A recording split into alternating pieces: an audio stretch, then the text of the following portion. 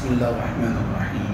الحمد لله رب العالمين والعاقبة للمتقين والصلاة والسلام على أشرف الأنبياء والمرسلين ومن تبعهم بإحسان وإيمان إلى يوم الدين بعد. سورة البقرة آية 120. أعوذ بالله من الشيطان الرجيم. ومن يرغب عن ملة إبراهيم إلا من سفه نفسه. اور ملت ابراہیم سے کوئی بھی شخص بے رغبتی اختیار نہیں کرتا، اعراض نہیں کرتا، اس کو نظر انداز نہیں کرتا، الا من سفہ نفسہ، سوائے اس شخص کے جس نے خود اپنے آپ کو بے وقوف بنا دیا۔ وَلَقَدْ اصْطَفَيْنَاهُ فِي الدُّنْيَا، اور یقیناً بلا شبہ ہم نے ابراہیم علیہ السلام کو چن لیا دنیا میں۔ وَإِنَّهُ فِي الْآخِرَةِ لَمِنَ الصَّالِحِينَ، اور یقیناً وہ آخرت میں بھی بلا شبہ صالحین میں سے ہیں، نیک لوگوں میں سے ہیں۔ ابراہیم علیہ السلام کے پیچھے فضائل و مناقب کا ذکر اللہ تعالیٰ نے کیا آیت 124 سے۔ وَإِذِ ابْتَلَىٰ إِبْرَاهِيمَ رَبُّهُ بِكَلِمَاتٍ، یہاں سے جو ان کے فضائل بیان کیے گئے اور یہ بتایا گیا کہ کیسے اللہ تعالیٰ نے ان کو امامت سے سرفراز کیا۔ اسی طرح قرآن کریم میں ایک اور جگہ پر ہے کہ اللہ تعالیٰ نے ابراہیم علیہ السلام کو اپنا خلیل بنایا۔ خانہ کعبہ کی تعمیر کے وقت کی دعائیں، ان کی اطاعت و فرمانبرداری، یہ سب کا کچھ معمولی سا ذکر کرنے کے بعد اللہ تعالیٰ نے ایک قاعدہ بیان کیا۔ قاعدہ یہ ہے کہ ملت ابراہیم ہے، ملت ابراہیم۔ ملت ابراہیم کا معنی ہے اللہ کی اطاعت و فرمانبرداری کا وہ طریقہ جو ابراہیم علیہ السلام کا تھا، اور وہ طریقہ یہ ہے کہ اللہ اور اس کے رسول صلی اللہ علیہ وسلم کے حکم کو سب سے زیادہ مقدم رکھا جائے گا۔ اللہ اور اس کے رسول صلی اللہ علیہ وسلم کا حکم جب بھی آئے گا اس کو دل کی خوشی کے ساتھ قبول کیا جائے گا اور اس پر عمل کیا جائے گا۔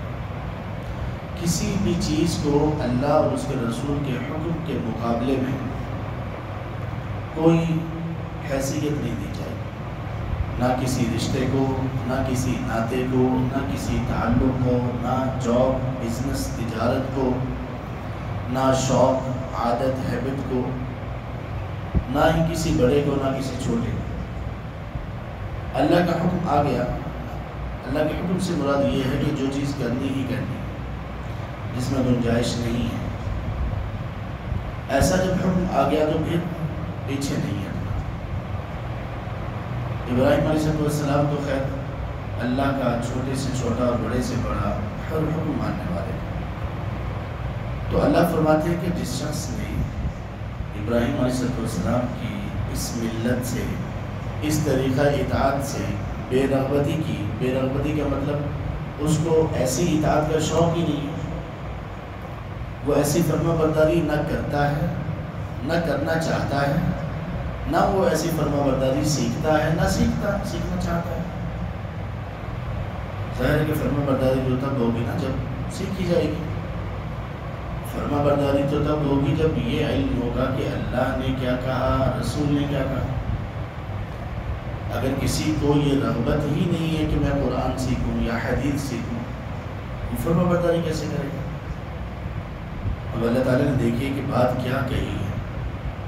کہا کہ ملت ابراہیم سے اعراض، بے رغبتی، شوق کا نہ ہونا صرف اس شخص میں ہوگا جس نے خود کو بے وقوف بنا لیا، یعنی اللہ کے سامنے ایسی اطاعت و فرما برداری نہ کرنا یہ حماقت اور بے وقوفی کی علامت ہے اللہ کے نزدیک۔ منافقین صحابہ رضی اللہ عنہ کو نعوذ باللہ بے وقوف کہا کرتے تھے۔ ہم شروع میں پڑھ چکے ہیں پہلی آیت نمبر 10، 11، 12 سے آگے پیچھے کی آیات۔ منافقین صحابہ کو بیوقوف کیوں کہتے تھے؟ وہ کہتے تھے کہ یہ کیا دینداری ہوئی، دین کے لیے سب کچھ ہی چھوڑ دو۔ مکہ تم لوگوں نے چھوڑ دیا دین کی وجہ سے، فیملیاں تم نے چھوڑی، مال و دولت تم نے چھوڑ دی، باغات، کھیت، پراپرٹی تم نے چھوڑ دی۔ اب یہاں مدینہ میں آ کر تم اور مدینہ والے جو پہلے سے لوگ ہیں ان کو بھی کوئی اور کام ہی نہیں ہے، کوئی اور بات ہی نہیں ہے سوائے اس کے کہ اللہ اور اس کے رسول کی اطاعت۔ کہتے یہ تم تو بیوقوف ہو۔ اللہ نے کیا جواب دیا تھا؟ الا انہم هم السفہاء، خبردار بیوقوف یہ اطاعت اس طرح سے کرنے والے لوگ نہیں بلکہ یہ منافقین ہی بیوقوف ہیں۔ تو ہمیں یہ اس آیت کی روح سے میں یہ دیکھنا چاہیے کہ ہماری اطاعت اور فرما برداری اللہ اور اس کے رسول کے لیے کیسی ہے اور کس حد تک ہے، کہ ہم نے خود کو بیوقوف تو نہیں بنا رکھا، کس طرح سے دین بھی رکھنا پڑتا ہے، دنیا بھی رکھنا پڑتی ہے۔ عام طور پر دین کے کام بھی ہوتے ہیں، خوشی کا موقع ہوا تو دین کی پوری کی شکل بگاڑ کے رکھ دی، ناچ گانا میوزک ساز سرنگی، دوست اکٹھے ہوئے تو کوئی دین کی کوئی حد کوئی باؤنڈری اس کا کوئی خیال ہی نہیں رکھا جاتا۔ یہ سب کیا ہے؟ یہ سب بغاوتیں ہیں، اور یہ کون شخص کرتا ہے؟ وہ جس نے خود کو احمق اور بیوقوف بنا لیا۔ اور اللہ کہتے ہیں وَلَقَدِ اسْتَفَيْنَاهُ فِي الدُّنْيَا، کوئی شخص ملت ابراہیم سے اعراض کیسے کر سکتا ہے جبکہ اللہ تعالیٰ نے ابراہیم علیہ السلام کو دنیا میں بھی چن لیا، یعنی کس لیے؟ امامت کے لیے، اپنا خلیل بنانے کے لیے، بلند مرتبے کے لیے، شرف و فضل کے لیے، عزت و اکرام کے لیے چن لیا دنیا میں بھی، اور آخرت میں بھی ان کا معاملہ کیا ہوگا؟ آخرت میں بھی یہ صالحین میں سے، یعنی دنیا اور آخرت کی عزت اور مرتبہ اس کے لیے اللہ نے چن لیا ابراہیم علیہ السلام کو۔ تو جو شخص ابراہیم علیہ السلام کی یہ فضیلت تو مانتا ہے اور ابراہیم علیہ السلام کا یہ مرتبہ تو جانتا ہے، لیکن ان کی ملت کی اگر اتباع نہیں کرتا تو یہ اس کی عقل مندی کی علامت نہیں، بیوقوفی کی علامت ہے۔ اذ قال له ربه اسلم، جب ان کو ان کے رب نے یہ کہا، ابراہیم کو ان کے رب نے کہا اسلم، فرما برداری کیجیے۔ قال اسلمت لرب العالمین، ابراہیم نے کہا میں رب العالمین، تمام جہانوں کے رب کے لیے فرما برداری کا اعلان کرتا ہوں۔ یہ ہے اصل میں یہ جو چیز تھی ابراہیم علیہ السلام کی فرما برداری والی، کہ اللہ تعالیٰ نے جب ان سے کوئی کام کہا، کوئی بھی حکم دیا، تو ان کا جواب کیا تھا؟ اسلمت لرب العالمین، جو رب العالمین ہے میں اس کی فرما برداری کے لیے حاضر ہوں۔ وطن چھوڑا، اللہ نے حکم دیا، کہا اسلمت، اے اللہ میں حاضر ہوں۔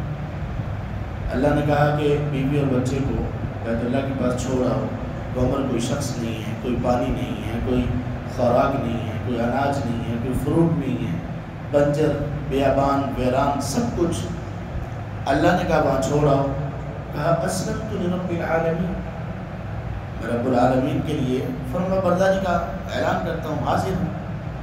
اللہ نے حکم دیا کہ اپنے بیٹے کو ذبح کر دو، ابراہیم علیہ السلام نے اپنے بیٹے کے گلے پر چھری چلا دی، کیوں؟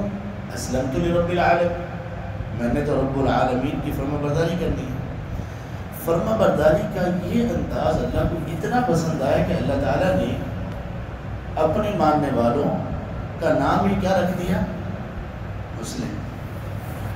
یہ مسلم نام ابراہیم علیہ السلام کی اس اطاعت اور فرما برداری کی علامت قرار دیا گیا۔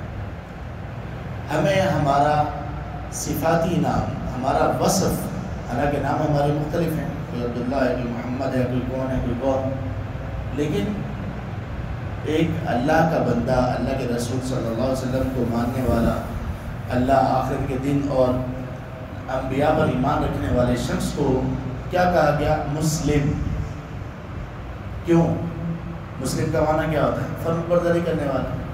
اب بتائیے جو بندہ مسلم ہو، مسلمان ہو، لیکن فرما برداری اس میں نہ ہو تو کتنی اپوزٹ چیز ہے، کتنی زیادہ اپوزٹ چیز ہے۔ مثال کے طور پر ایک بندے کا نام رکھ دیا جائے نرم مزاج، لیکن وہ ہر بات سختی سے کرے، ہر بات ہی سختی سے کرے، تو کیا ہوگا؟ آج آگے تو بالکل غلط ہے۔ تو اللہ نے نام ہمارا رکھا ہوا سماکم المسلمین، اللہ نے تمہارا نام رکھا مسلم، اس لیے تاکہ تم اطاعت اور فرما برداری کرو۔ جب تم اطاعت اور فرما برداری نہیں کرو گے تو مسلم نام تو تمہارا ساتھ ہی نہیں آئے گا۔ تو اللہ تعالیٰ نے جب ابراہیم علیہ السلام سے یہ کہا کہ فرما برداری کیجیے، انہوں نے فرما برداری کا اعلان کیا، اور صرف اعلان نہیں کیا بلکہ فرما برداری کر کے بھی دکھائی۔ وَوَصَّى بِهَا إِبْرَاهِيمُ بَنِيهِ وَيَعْقُوبَ، اور اسی چیز کی وصیت کی ابراہیم علیہ السلام نے اپنے بیٹوں کو، اور یعقوب علیہ السلام نے بھی اسی چیز کی وصیت کی۔ کس چیز کی وصیت تھی یہ اللہ تبارک و تعالیٰ کی مکمل فرما برداری کی وصیت۔ انہوں نے ابراہیم علیہ السلام نے اپنے بیٹوں کو، یعنی اسماعیل علیہ السلام کو، اسحاق علیہ السلام کو یہ وصیت کی، اور اسحاق کے بیٹے یعقوب علیہ السلام نے بھی اپنے بیٹوں کو یوسف علیہ السلام سمیت یہی وصیت کی کہ بیٹا فرما بردار بن کر رہنا، ملت ابراہیم کی اتباع کرنا، فرما برداری کا وہ اندازہ بنانا جو ابراہیم علیہ السلام کا انداز تھا۔ اور وہ وصیت کیا تھی؟ یا بنی، اے میرے بیٹو، ان اللہ اصطفیٰ لکم الدین، بلا شبہ اللہ نے تمہارے لیے دین کو چن لیا، یعنی دین اسلام کو چن لیا کہ تم زندگی ایسے گزارو جیسے اللہ نے کہا اور رسول نے کہا، اور اسی کے مطابق اپنے آپ کو دنیا میں اپنی شناخت کرواؤ۔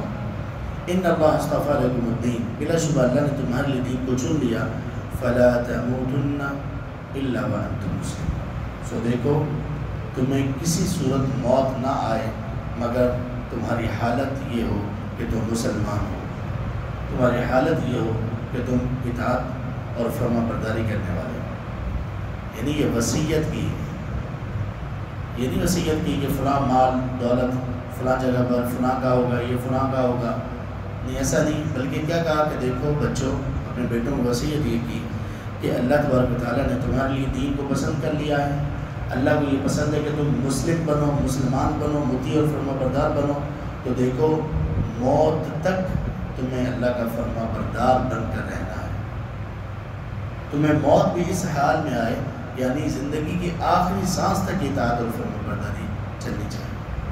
اللہ ہمیں بھی یہ توفیق نصیب کر دے، ہمیں بھی اپنے بچوں کو یہی وصیت کرنی چاہیے، اور اس وصیت کے مطابق پھر ان کے لیے راہیں آسان کرنی چاہیے، اور خود اپنے آپ کو بھی اسی راہ پر چلانا چاہیے کہ ہم اللہ کی اور رسول کی فرما برداری کریں گے ہر حالت میں، ہر صورت میں، ہر جگہ پر، ہر وقت۔ اور یہ بھی یاد رکھنا چاہیے کہ اگر ہم نے ایسا نہ کیا تو ہم بیوقوف لوگوں میں سے ہو جائیں۔ اللہ ہمیں ایسے لوگوں میں شامل نہ کریں، آمین یا رب العالمین۔ سبحانک اللہم و بحمدک، اشہد ان لا الہ الا انت، استغفرک۔